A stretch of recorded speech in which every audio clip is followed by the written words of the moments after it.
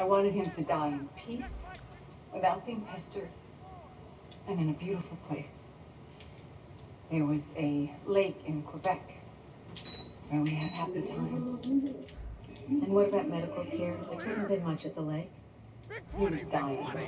He knew it, and he had the courage to face it. He was the bravest man I've ever known.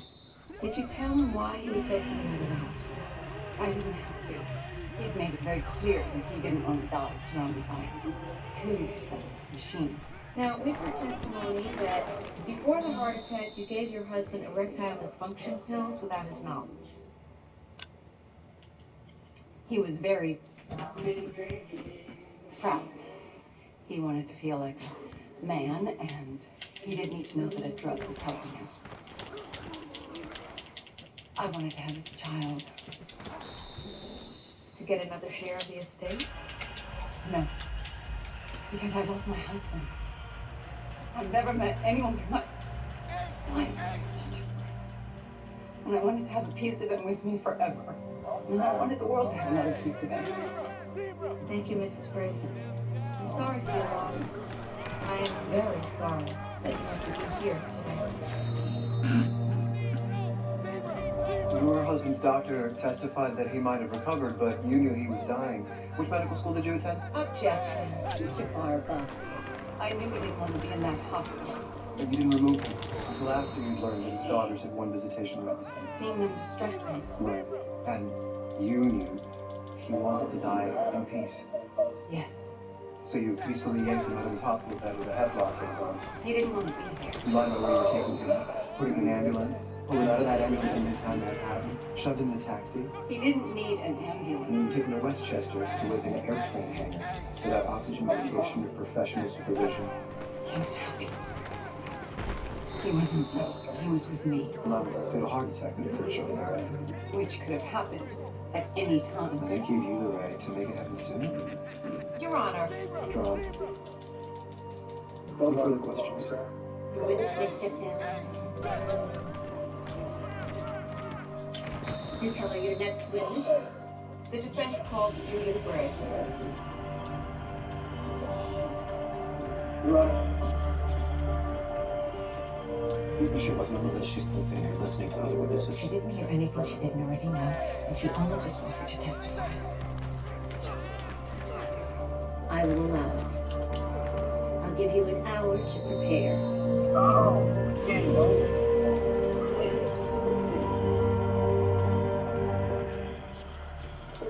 Judith, I can't believe you're going to testify for that bitch.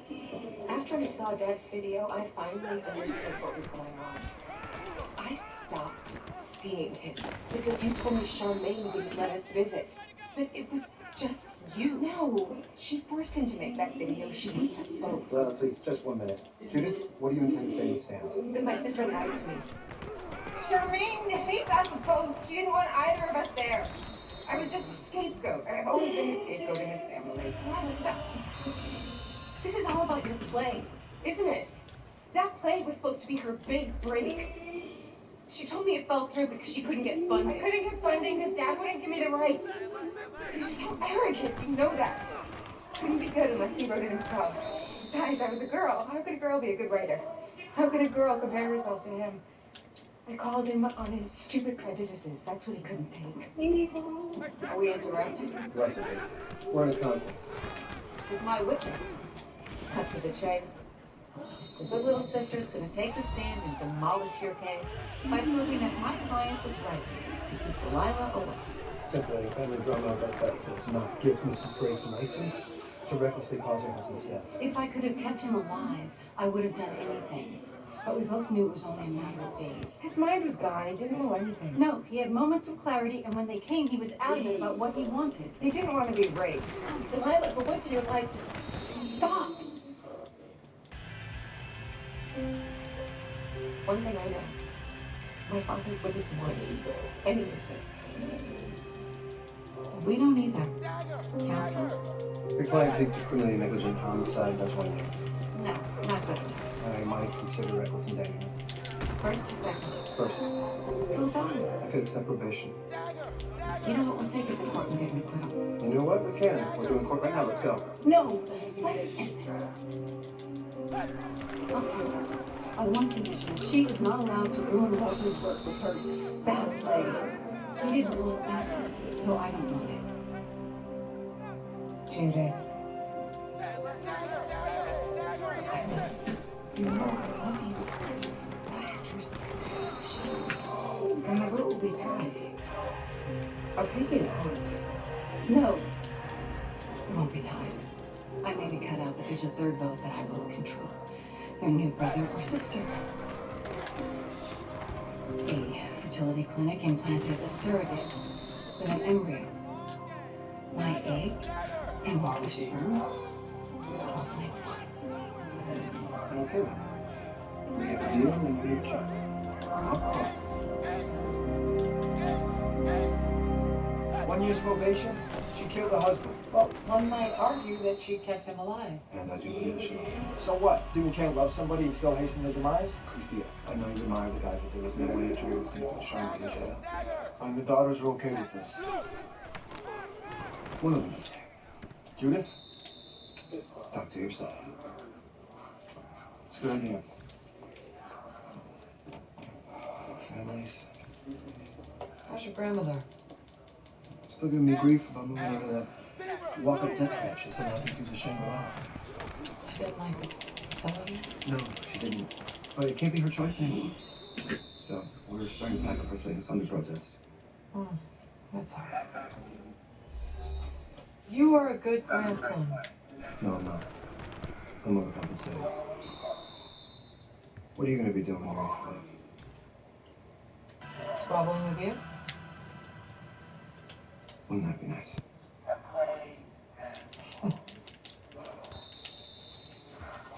I thought you might like to have this.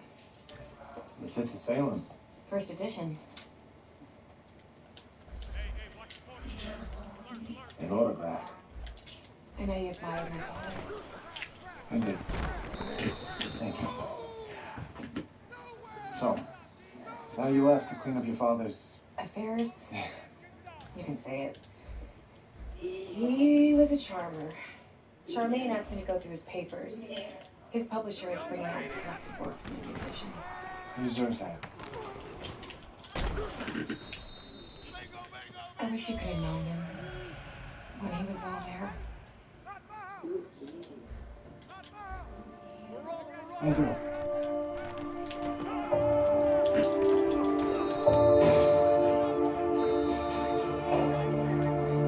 Mommy.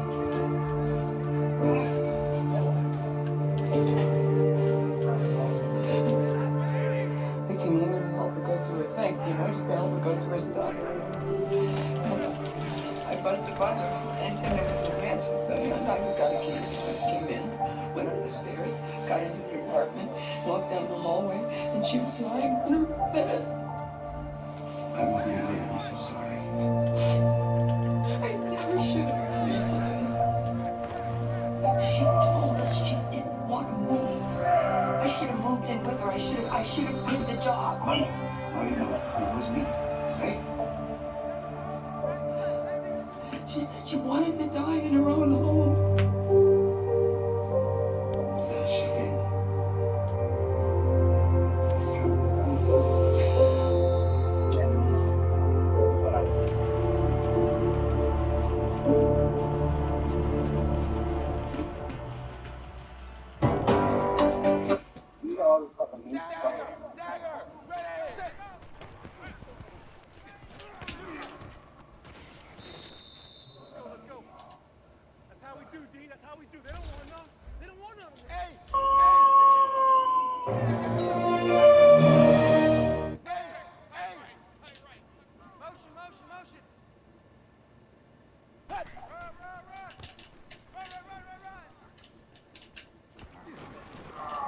Isn't this freaking adorable? It was on sale.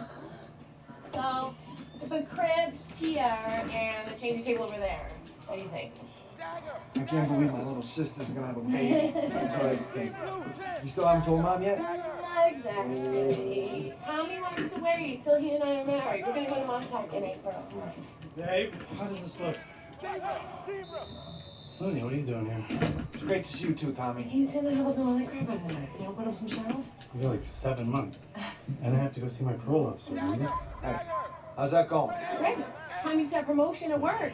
Became his own moving team. Yeah, I'm head schlepper now. Well, make sure you tell your PO, all right? Raise promotion, that's brownie points right there. I want to get there early so I can leave early.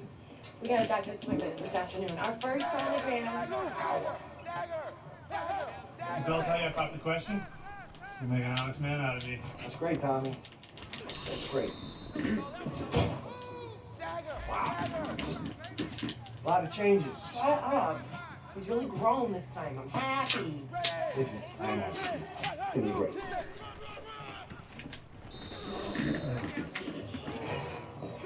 Sullivan, you're still here. Good for you. Huh? How you doing today? You seem antsy. I'm good. I had a thing at 4. I think I was 2. Thing at 4. You want to tell me about that? No, let's just do this. You are antsy, huh? Yeah. What was this thing? No, nothing like that. I had a doctor's appointment. Well, you should have made it for a different day. It wasn't for me. My fiance Bella, she's pregnant. We were getting a sign. She's pregnant. That's good news, right? I'm gonna be a dad. You're engaged and she's pregnant. That's a lot of stress. No, actually, it's forcing me to grow up. I got a promotion at the moving company, a raise, my own. So a little thing like a urine test won't be a big problem today? Oh. Right now, right here. Bathrooms. Still.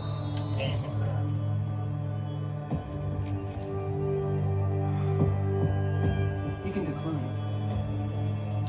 You should go have some steak right now.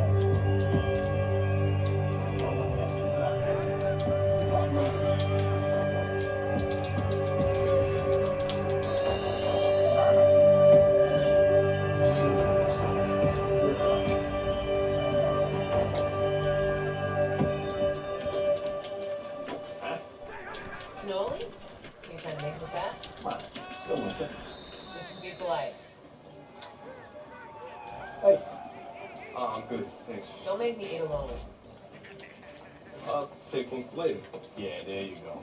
Sonny, where you been? I've been texting you all morning. Jeez, sorry. In class last night, I must have left my phone on airplane mode. Hey, guys, this is my sister, Bella. Hi. Oh, hey. Hey. You okay? What's going on? Tommy didn't come home last night. I'm totally freaking out. When's the last time you talked to him? Right after my sonogram. He was still waiting for his parole officer, and then now his phone's going straight to voicemail. Did you call his parole officer? Are you crazy? Come here. Just take a seat in here. I'm gonna get you some water. Don't worry. We'll find him, okay?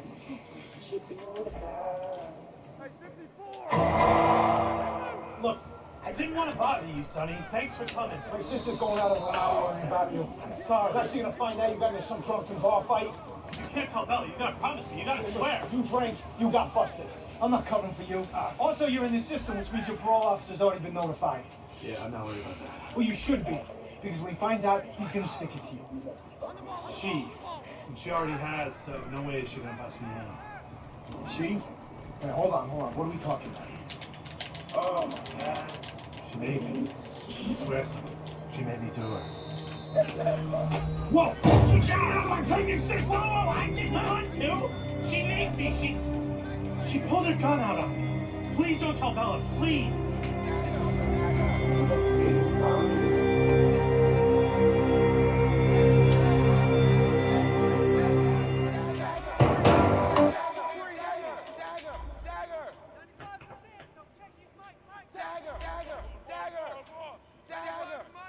Tommy's always been this close to getting his life back together. Then boom, something happens to him. Everything always happens to him. Okay, well, victims are imperfect, Parisi. You know, bad things do happen. Yeah, Tommy's been a major disappointment. Major. Like 5 years ago, he finally gets into college again. He decides it'd be a great idea to buy pizza and pasta. He gets kicked out of school. He gets 3 years inside. My sister waits for him. He gets out on parole, and now this. Slow down, all right? If he was assaulted, he needs your support, so What did he tell you? That's just it, Sergeant. He doesn't even get that he was assaulted. All right, well, it's hard enough for women to disclose, but men, just tell me.